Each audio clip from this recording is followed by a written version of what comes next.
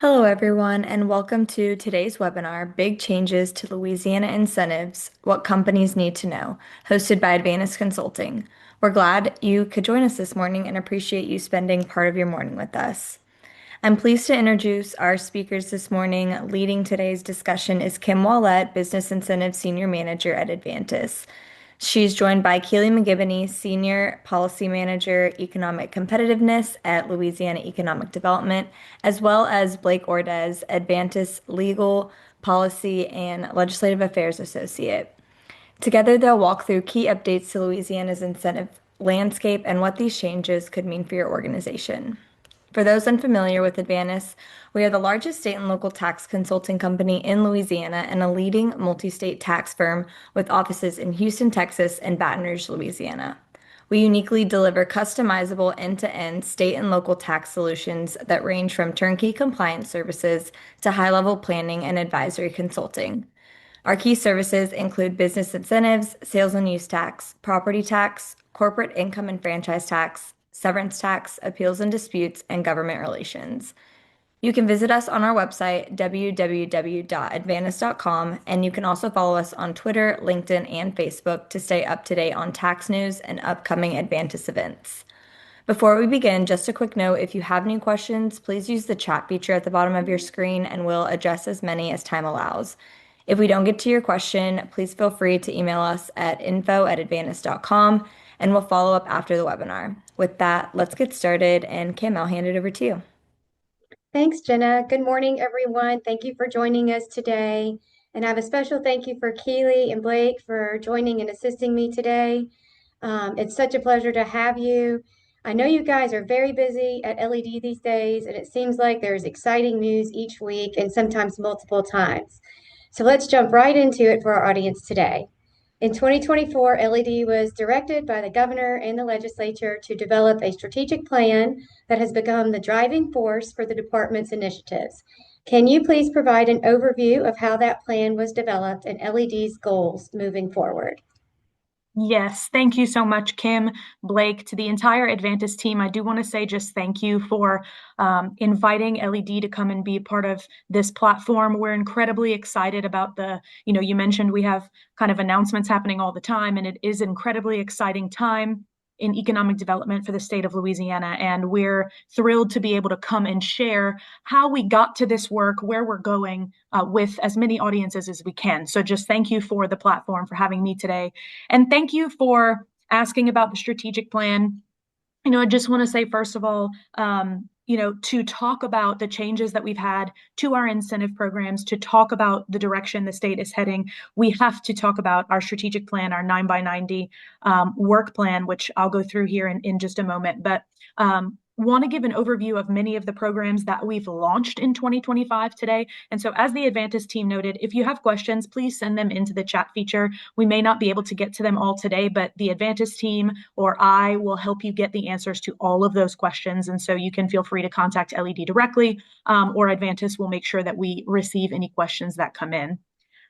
So in 2024, during the regular session, there was legislation we dubbed Positioning Louisiana to Win. The governor and the legislature led this effort to reorganize Louisiana economic development and how we perform some of our work and how we're enabled to lead economic opportunity for the state of Louisiana.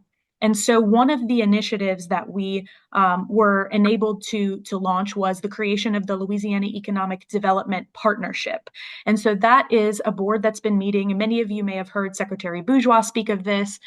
It's a private sector-led board. And so there's representatives from all 8 of the economic regions across the state that are represented there. And these are private sector leaders who've built their success in Louisiana, who've had challenges and opportunities along the way that allowed us to take their expert feedback and develop a strategic plan for the economy for the state of Louisiana. And so over the course of 2024, that group met, informed the great work that went into the state's strategic plan, which was launched earlier this year. And so if you haven't had a chance to take a look at our Positioning Louisiana to Win 2025 strategic plan, highly encourage you to go and take a look. We have the long form, all of the details and information version on our website, as well as an abridged version if you want to go and take a look at the highlights. But all of that work is available for you to dig into. And I do want to touch on kind of some of the central tenets to the strategic plan. And so there's a lot of detail and data included in that plan about target sectors, about goals that the state needs to have for growth moving forward. And so it's sort of organized around 5 pillars of prosperity. And you're going to hear, as I talk about some of these programs moving forward on this call, me call back to some of these tenets, because the strategic plan truly is guiding LED's work across the board. And so we're really being mindful about how we implement the elements of the strategic plan. So we're looking at ways to enhance ease of doing business in Louisiana, looking at opportunities for high wage employment for citizens. How do we create thriving regions across the state? How do we have global impact, and how do we continue leading in growth and innovation? And so we identified, as well as those pillars of how we should be thinking about doing this work, 7 strategic target sectors that the state already has expertise in, and that we have opportunities to grow and innovate in. And so you'll hear me reference those a couple of times as well. And just for everyone's knowledge, those are energy and process industries, technology, agribusiness, life sciences, professional services, logistics, aerospace, and defense. And so we're really keeping these pillars of prosperity and our target sectors in mind through all of the work that we're doing.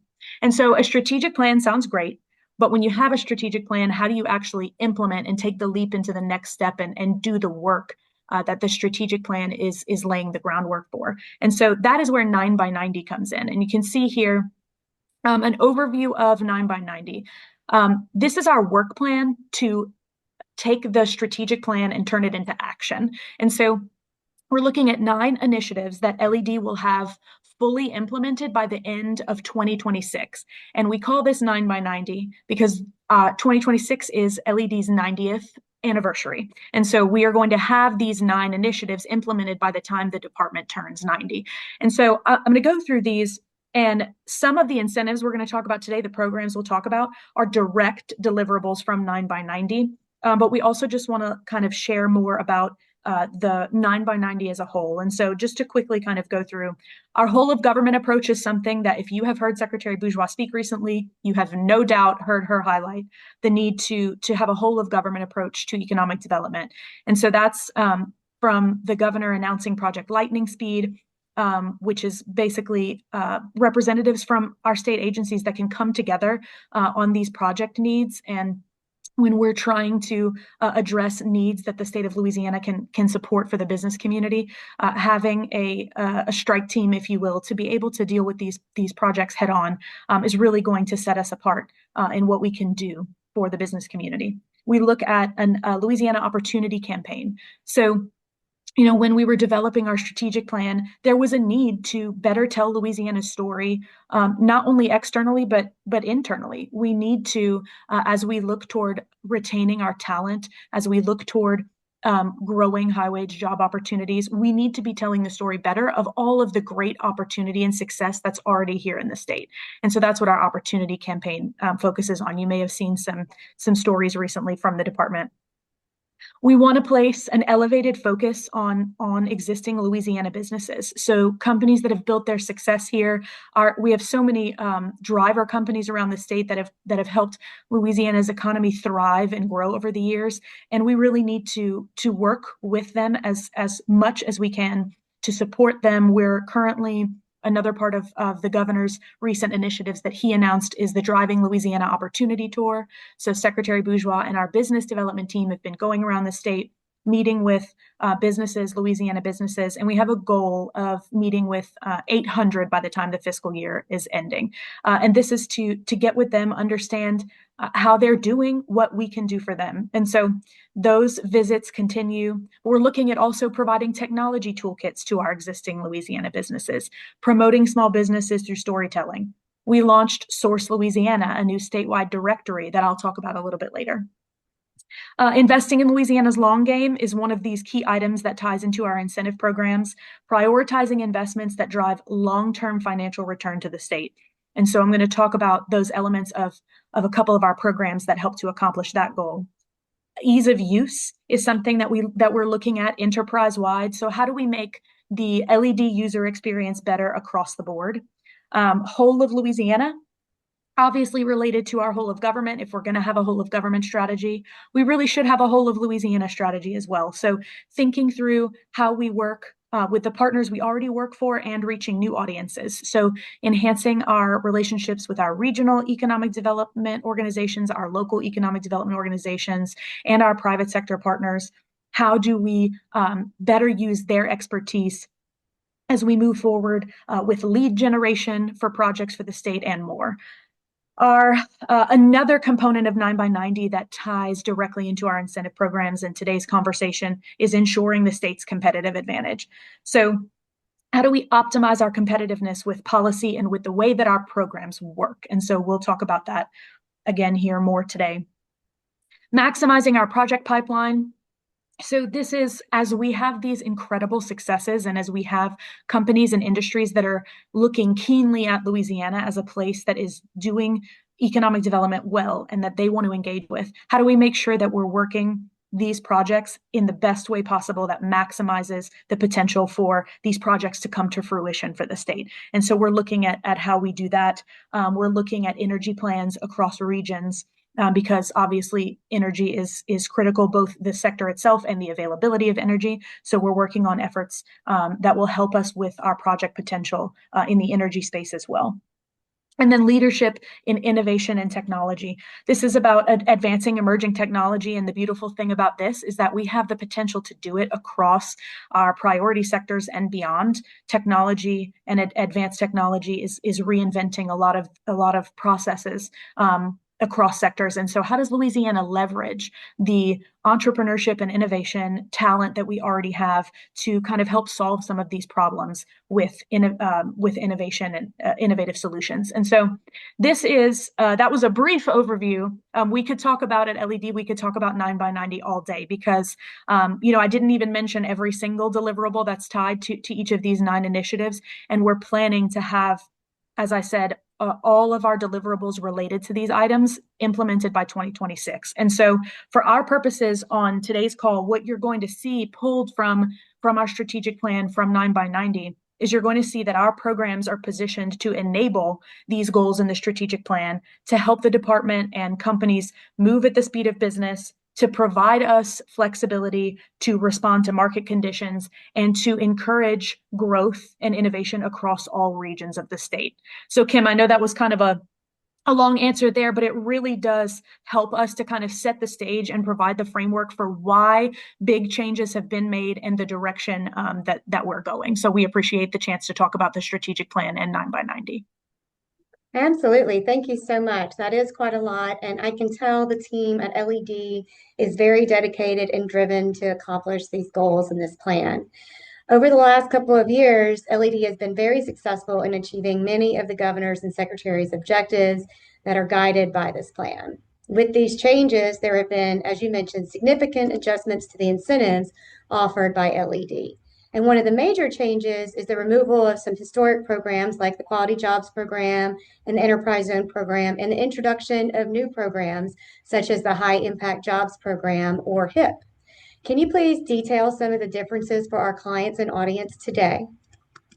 Yes. So as you mentioned, this is guided by our strategic plan, and we have been very successful, and we've been very fortunate to have the governor and the legislature's leadership enabling LED to really look at the programs that we have and figure out how we can make them work best for both the citizens of the state and for the business community. And so what I do want to spend a good amount of time talking about today on the incentive changes is high impact jobs. So you mentioned quality jobs. We had that job creation incentive for about 30 years. And so we want to make sure that we're getting out information on this new program because it is totally different. This is a reimagined job creation incentive for the state and for business. And so being our flagship job creation program, we do want to spend some time talking through how this works and how we designed this program to focus truly on the quality of the jobs that are being created rather than sheer quantity. And so this legislation that created the High Impact Jobs Program was House Bill 507 during the 2025 regular session, but Act 372. And so it incentivizes the creation of high wage job opportunities for the people of the state. And so the basic kind of structure, if you want to go to the next slide here, it incentivizes these companies to create high wage job opportunities by incentivizing the creation of new jobs that pay above the parish average wage. So wherever that project is located, paying a certain threshold above the parish average wage. And the benefit percent that a company can earn is based on the wages paid. So higher wages will yield a larger benefit.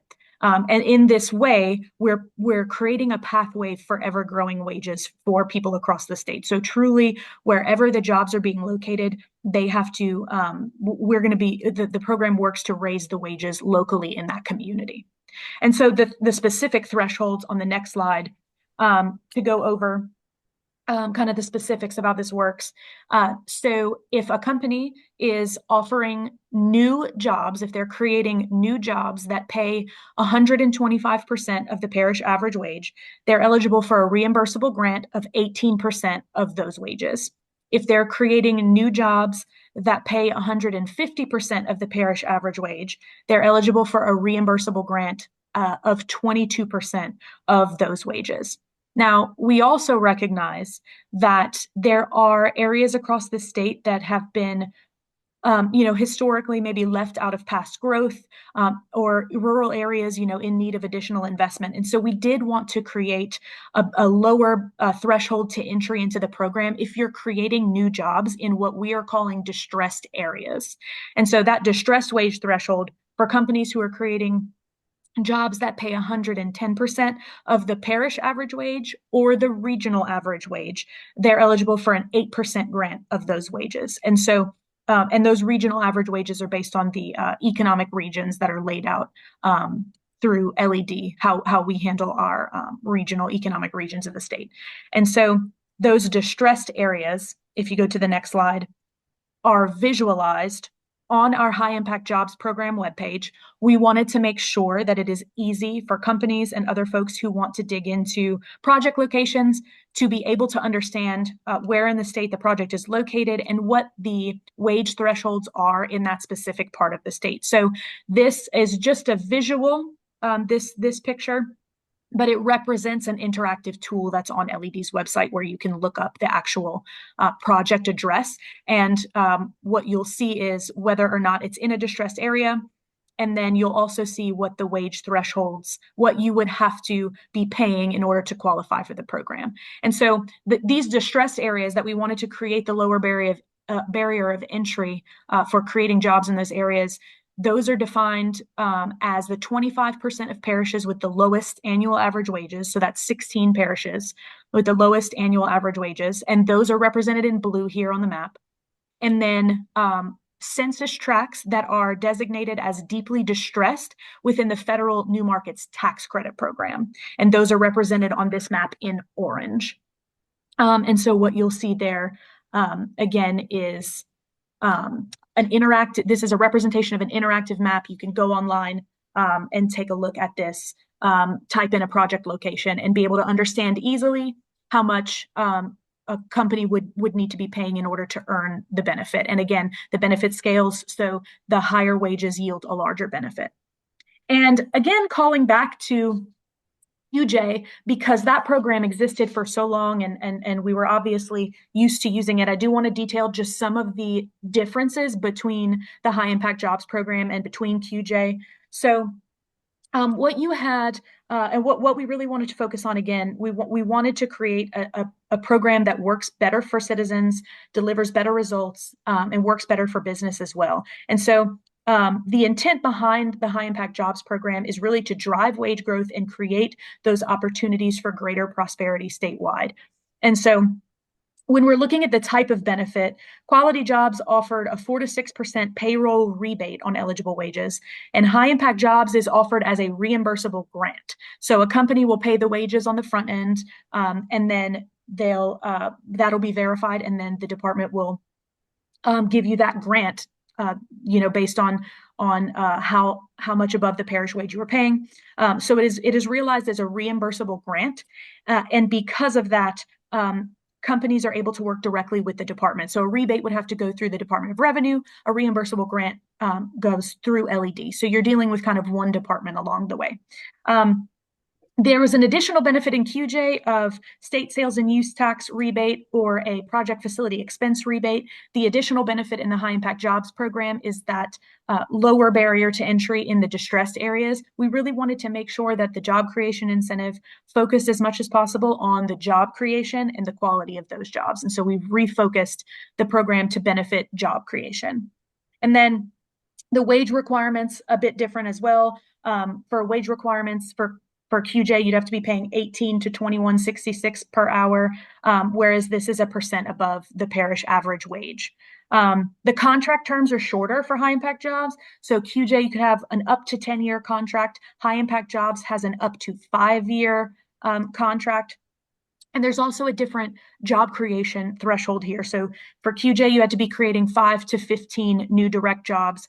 High impact jobs, we're looking at one net new job. So if you're creating even one new job that meets the program requirements, we would encourage you to look at applying for the program. And that was really, we wanted to be able to make sure that truly small businesses are able to access this as well, because they're some of our most critical job creators as well. And so the last thing I'll say, I guess, about the difference between the two is the high impact jobs program has broader industry eligibility, generally in line with the state's strategic plan. So all the sectors, that I mentioned earlier, you're going to see a lot of case, but it's broader eligibility than the quality jobs program, and broadly in line with the strategic plan. But we have more guidance on that and frequently asked questions and items like that on our high impact jobs program webpage. So would encourage you to go and take a look at that. Or if you have questions, again, we can make sure that they get answered after today's call. But that's kind of an overview of how the high impact jobs program works. Well, thank you very much for that. That sounds very exciting to many of our clients that we have spoken to, and I'm sure our audience today. So what opportunity does HIP address that maybe these prior programs really didn't cover? So we're looking at this as our flagship job creation incentive, and this I had mentioned a moment ago. We really had the opportunity to look at how do we refocus the program on job creation, and so we're looking at a program that is structured because of the way that because of how the eligibility is structured on paying a certain amount above the parish average wage. It's really an opportunity to drive wage growth for the citizens of the state. And again, no matter what community the project would be locating, it's raising the bar locally in that community. So we're really excited about the possibility for that. That is exciting. So what really prompted LED to create the program, and how does it complement other tools that y'all are using at LED? Yeah, so it was, you mentioned that QJ was sunsetting, and that was something that happened as part of the tax reform special session in November 24. And so the sunsetting of that incentive really empowered LED to look at how to structure a job creation incentive to focus on quality over quantity. And so we really think that this program, designed to benefit the citizens and the business community, is a strong complement to our existing programs and dovetails very well with what we've laid out in the strategic plan, in that it covers eligibility broadly in line there with these target sectors. And what we're seeing as well already, we're not even 6 months in, is we're seeing interest from companies in almost all of our target sectors. We've seen interest in applying for the program across energy and process industries, aerospace and defense, technology, logistics, agribusiness. And we're seeing so far, again, less than 6 months in, companies that are interested in applying from almost every economic region of the state. And we only expect that to grow. That's great. So a question we get a lot in our office from clients or prospects looking to locate here or expand here is, can companies take advantage of QJ at one location and HIP at another? or HIP maybe at multiple locations? What are y'all's thoughts on that?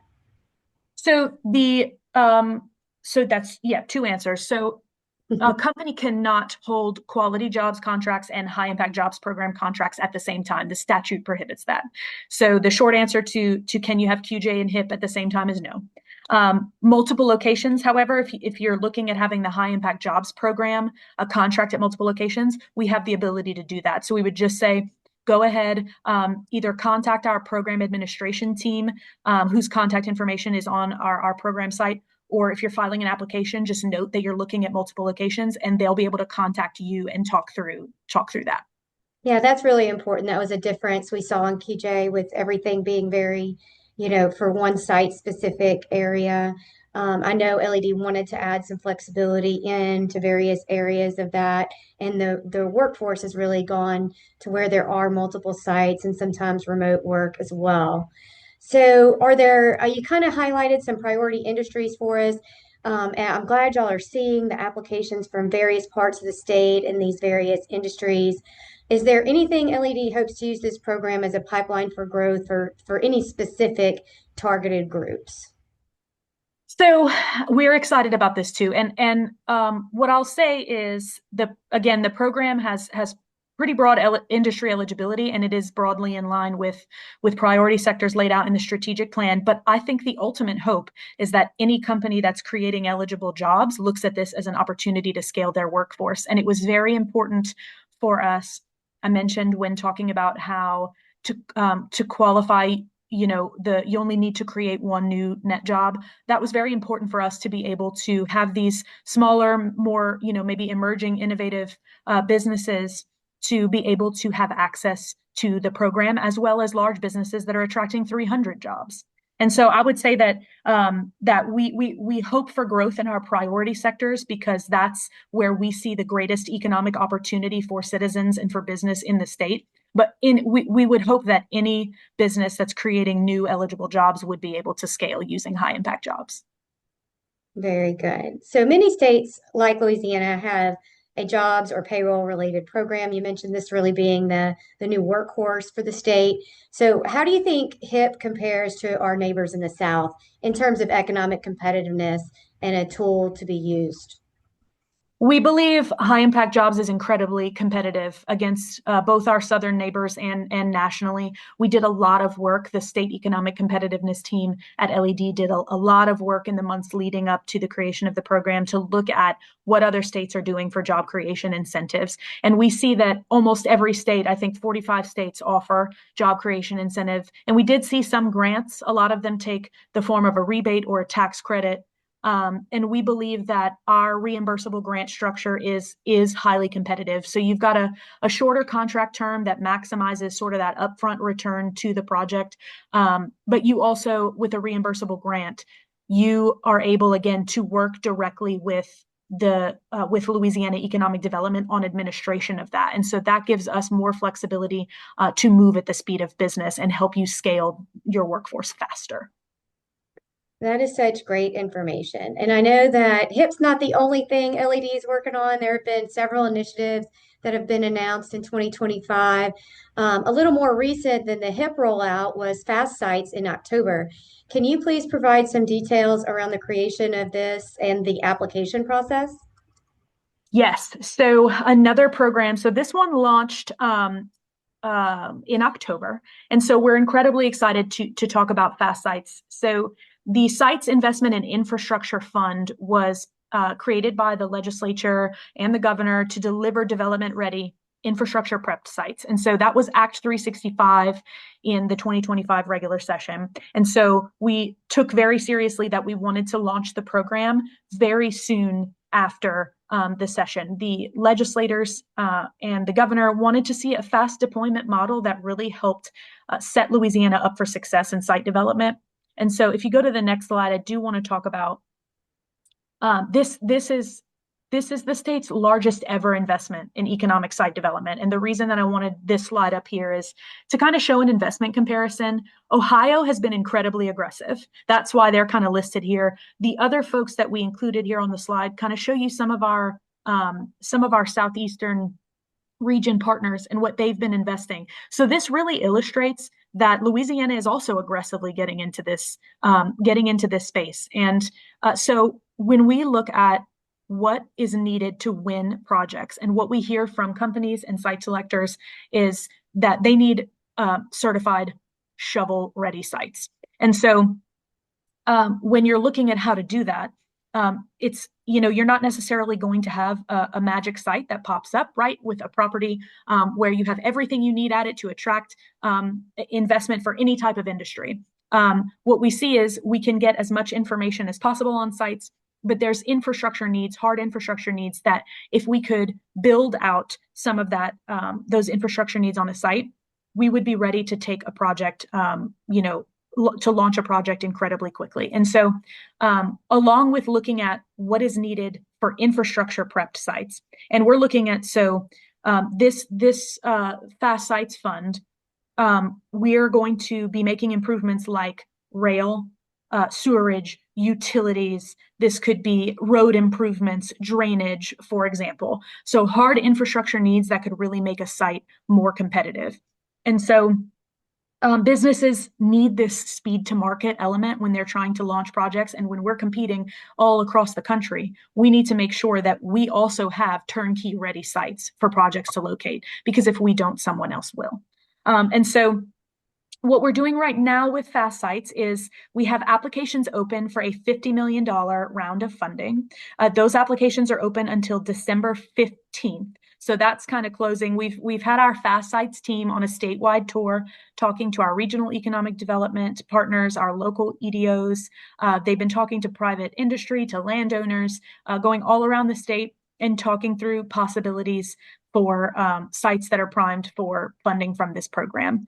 And so, again, I'm going to go through on the next slide just a few tenets of how the application process is working, what we're looking for. But please keep in mind, we're looking at what the private sector needs in terms of speed to market and infrastructure prep sites, and we're looking at our legislators requesting this fast deployment model to make sure that we're having this money essentially make greater possibilities for the state as soon as we can. And so what we're looking at with our applications is that it's a competitive funding process. So we're looking for applicants to demonstrate how funding can enhance a site with high potential, leverage potential existing assets that are on that site to make hard infrastructure improvements that will take that site to the next level. We're looking at applications where initial construction activities will begin within 9 months. We're also looking for a return of investment, and we are saying return of investment. We're looking for applicants to demonstrate a defined return to the state. So essentially a dollar out, a dollar in. We're not necessarily looking for additional monies to come in, but we want to be able to replenish what has gone out of the fund so that we can keep the fund strong and living for reinvestment in sites in the future. We want this to be something that the state can turn to continually to make our properties and our sites more competitive. And match requirements. We're also looking at providing a match and what those sources of matching funds are. And so that's kind of just a brief overview of how the application process is working now. And the last thing I'll say is, in terms of applicants, we are folks who are eligible to apply would be economic development organizations, political subdivisions, and private land is eligible for the program, but private entities cannot apply. So they would have to have some of those local partners on board with them to serve as an applicant. But we're incredibly excited about what this program is going to do to take site readiness to the next level in Louisiana. And that's very exciting. So I assume there's a lot of opportunities out there for LED with this creation of this program. Prior to Fast Sites, there was already a site certification program, and we've been asked this from several clients. Can you please detail for our audience some of the differences between site certification and getting a grant through Fast Sites? So our site certification program, is a natural complement to what Fast Sites does. So LED's certified sites that's where we identify development ready certified development ready industrial sites across the state. And what we do is we do a partnership with local entities to do specific due diligence on a project. So think on a site. So think of specifics like title work, zoning, environmental studies, items that get you the most amount of information about a property and its capabilities that you can. And we make all of that information readily available. We have a site selection center where companies and site selectors can go and actually look up the specific properties. And for certified sites, they have this due diligence, this information that shows them the status of the site, and what it's capable of. Again, this is going to be your technical work on the site.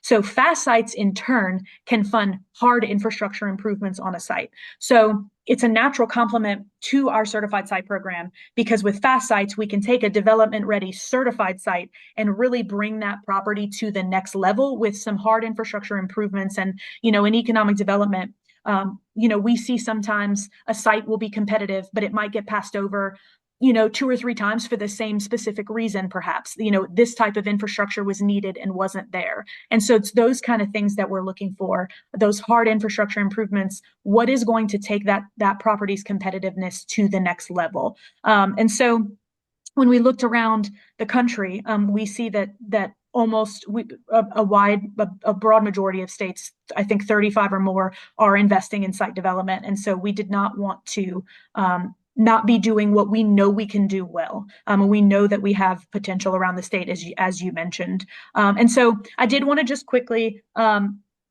did want to drop out the information on, if you're interested in looking at the Fast Sites program, we have a Fast Sites team that is available to do it. And I do want to just quickly note, it isn't a grant program. So we're looking at competitively awarding the funding based off of a return of investment and match components being part of that. And so if you want to talk about what that could look like, because those sort of arrangements are going to be site specific, because site needs are so varied.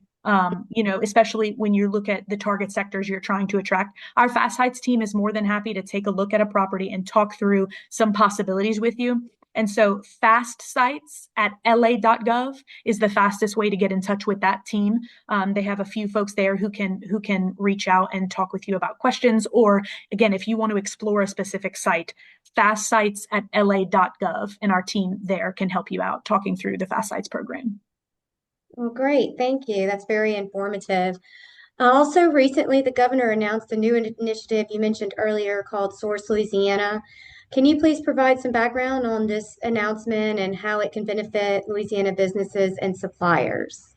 Yes, absolutely. So another program we're thrilled to have the opportunity to launch in 2025, and I think this one launched, I want to say September. And so we're very excited about a Source Louisiana. So this is part of our strategic plan initiative, our 9x90 initiative to elevate focus on existing Louisiana businesses.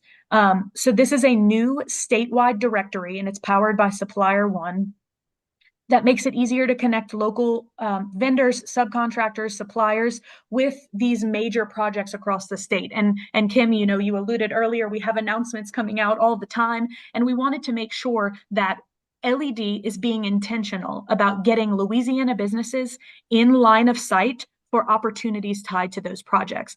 Our Louisiana businesses are incredible. They have the potential to provide for these major projects. And we want to make sure that we are actively providing a way to easily connect these vendors and subcontractors to these major projects. And so the call to action on Source Louisiana is, if you have customers in Louisiana, please sign up, create a profile on sourcelouisiana.com. So LED is actively promoting the platform to companies who are investing in Louisiana. There are already a dozen or so companies, including some of these major mega projects that you're hearing about in the news, who have access to Source Louisiana and are using it to look through the available inventory of Louisiana businesses. And so if you if you go to that website, what you can do is, so this is sourcelouisiana.com. You can get started there, and you'll create a profile for your business. You can talk through your certifications, your expertise, what your what your focuses are, and really get the word out for how you can serve these projects. And we also have information on our website about these open projects that are actively looking for vendors. And so you can see if there's maybe a good fit for how you're trying to connect and what services you can provide to some of these projects. Thank you very much. I can tell the breadth from LED initiatives has really expanded in the last couple of years. Can you please let our audience know how these programs can work together and what LED sees as the full opportunity for a company entering into Louisiana? Yeah, so I mean, that's another question we could probably answer all day, all the ways we want to be an incredible partner. But I think the quickest way to say it is that we want Louisiana to be the easiest and best place to do business. We want these forward-looking programs, our more competitive than ever tax environment, our smart regulatory framework. We want these things to work in concert so that Louisiana is the most responsible and efficient investment partner that a business can have, to put simply. Great, great. So what does LED hear most often, maybe from site selectors or companies, that would be part of their needs that they would be approaching you for? Speed to market, you mentioned, workforce we hear about sometimes, infrastructure, incentives, or is there something else? Those kind of all remain big asks that we see across the board. But yeah, I will say, and I'm in Texas right now at a conference, and we were just talking with some site selectors, and really infrastructure prep sites and speed to market is a huge one that we're hearing across the board. And it's within the profession as well. When you ask other economic developers, what are you seeing when you get asked? We're seeing nationally infrastructure prepped sites and speed to market on sites is a big one. So we're, again, incredibly excited about what Fast Sites has the potential to do for the state. Well, thank you. You've been so great to devote so much time to us today while you're at a conference. We sincerely appreciate it. And before we move on to Blake, is there anything else you would like to cover today for our audience? Yes, thank you. I just want to say a couple of things. Just because I forgot a moment ago for Source Louisiana, we also have a dedicated small business team that's on hand to answer questions about Source Louisiana. So if you go to that platform and you have questions as you're looking to register, create a profile for your business, you can go to Source LA at la.gov, send a quick note there, and our small business team is on hand to answer questions as soon as they can. So that's Source LA at la.gov. And again, sourcelouisiana.com is where you can go to get started creating a profile in Source Louisiana.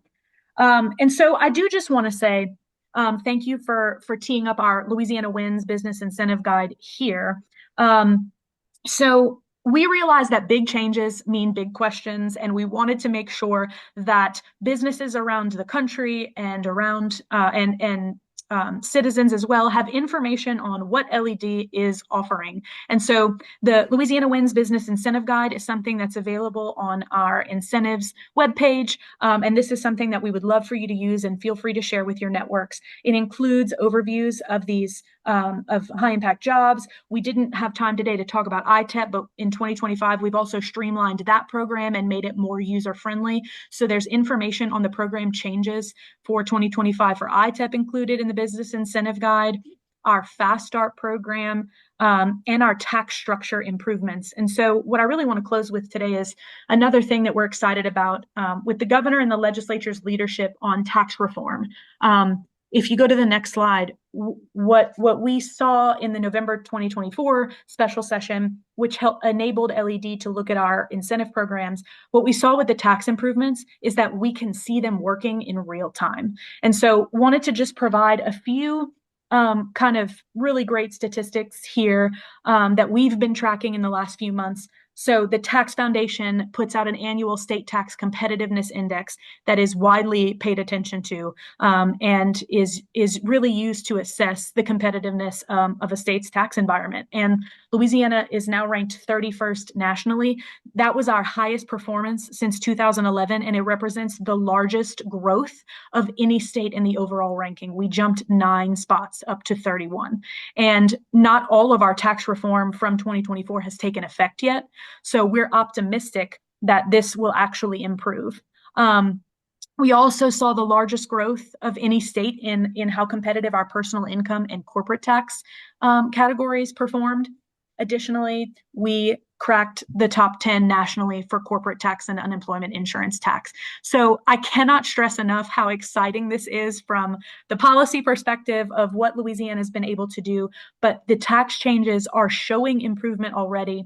And this is incredibly exciting for the landscape of competitiveness that LED is able to go and help to generate more jobs and economic opportunity because we're making improvements across the board. And so just wanted to close with that exciting information. I know some folks on Yeah. the call are probably tuned into the Tax Foundation and maybe already knew, but we're very excited to see this. So, and thank you again for your time. I'm sorry I have to hop off. Yeah.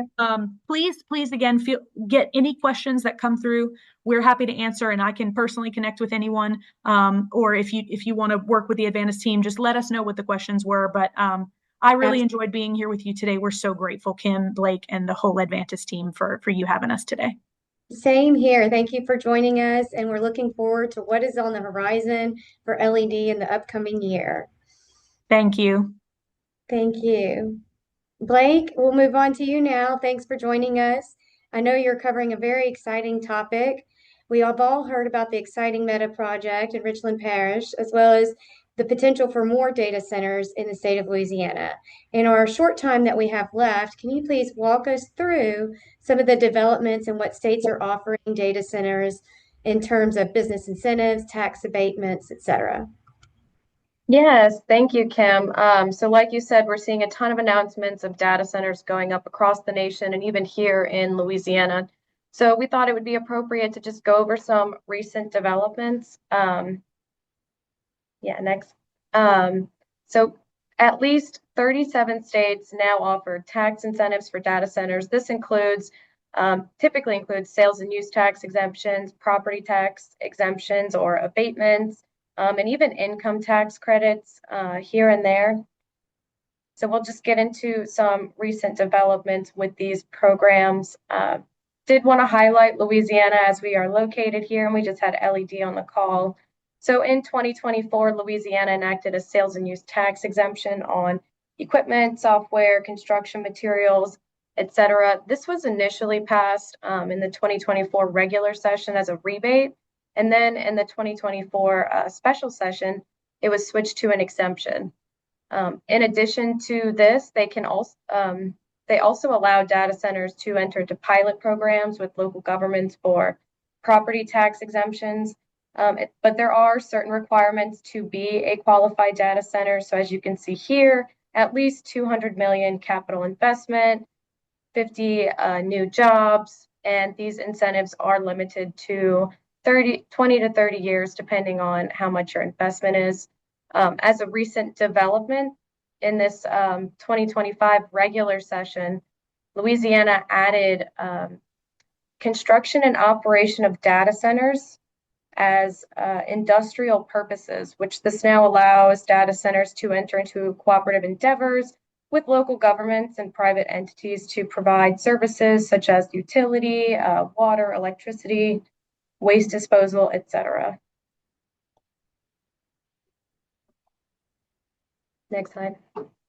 It's not moving, but I do have a quick question for you while I try to get this to move, if you don't mind. So, or maybe it's more of a comment, but we see that this term limit is limited to 20 to 30 years for Louisiana, and I'm sure most states have some sort of term on the agreements or abatements.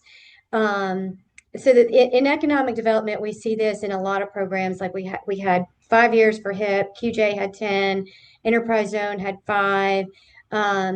The theory is you get the data center here and they have to have new equipment. They have to have new capital investment over this period of time, over a longer period of time. So those revenues start to roll in as those changes are made. So let's see if I can get this to move on to Kansas now. There we go. Great. So Kansas actually became the most recent state to offer a data center tax incentive. Just like Louisiana, they offer a full sales tax exemption for certain purchases like construction, equipment, and electricity. again, it is limited to 20 years, just like you were mentioning. And here, data centers must invest at least 250 million and create at least 20 new jobs.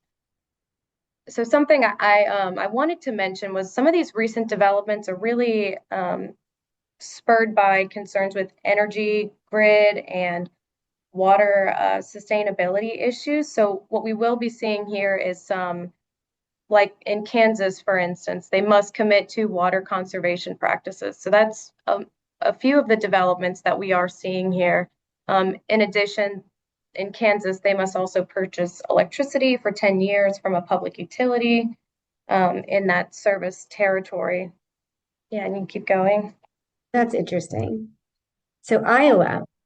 Iowa, like I was just saying, we are seeing, with the energy grid concerns. So here in Iowa, they now limit their exemption for electricity and backup power generation fuel, depending on the size of the city that the data center is located in. So for larger cities, the exemption is limited to the first 10 years of operation. And for smaller cities, the exemption is limited to the first 15 years of operation. I did just want to note that this does not apply to data centers that are currently, this is new and expanding data centers. On another note, they do now offer a property tax exemption for data center equipment and real property. There are some additional requirements here, which is they must be physically located in Iowa with a minimum investment of 200 million within the first 6 years of operation. All right. Minnesota, again, with the energy grid and power consumption concerns, Minnesota did eliminate the sales tax exemption for electricity. They did add a new category for large-scale data centers. This requires them to be at least 250 million in investment, at least 25,000 square feet. And they do have some other requirements. Again, we do see here they must be certified under one or more green building standards. And they do have some new environmental and energy regulatory requirements. For the large scale data centers, they did eliminate some of the requirements that would affect the construction of these larger data centers. So for example, if you qualify for this large scale, you no longer have to be on a single parcel of property. You can now be on multiple areas, so more to be a data center campus.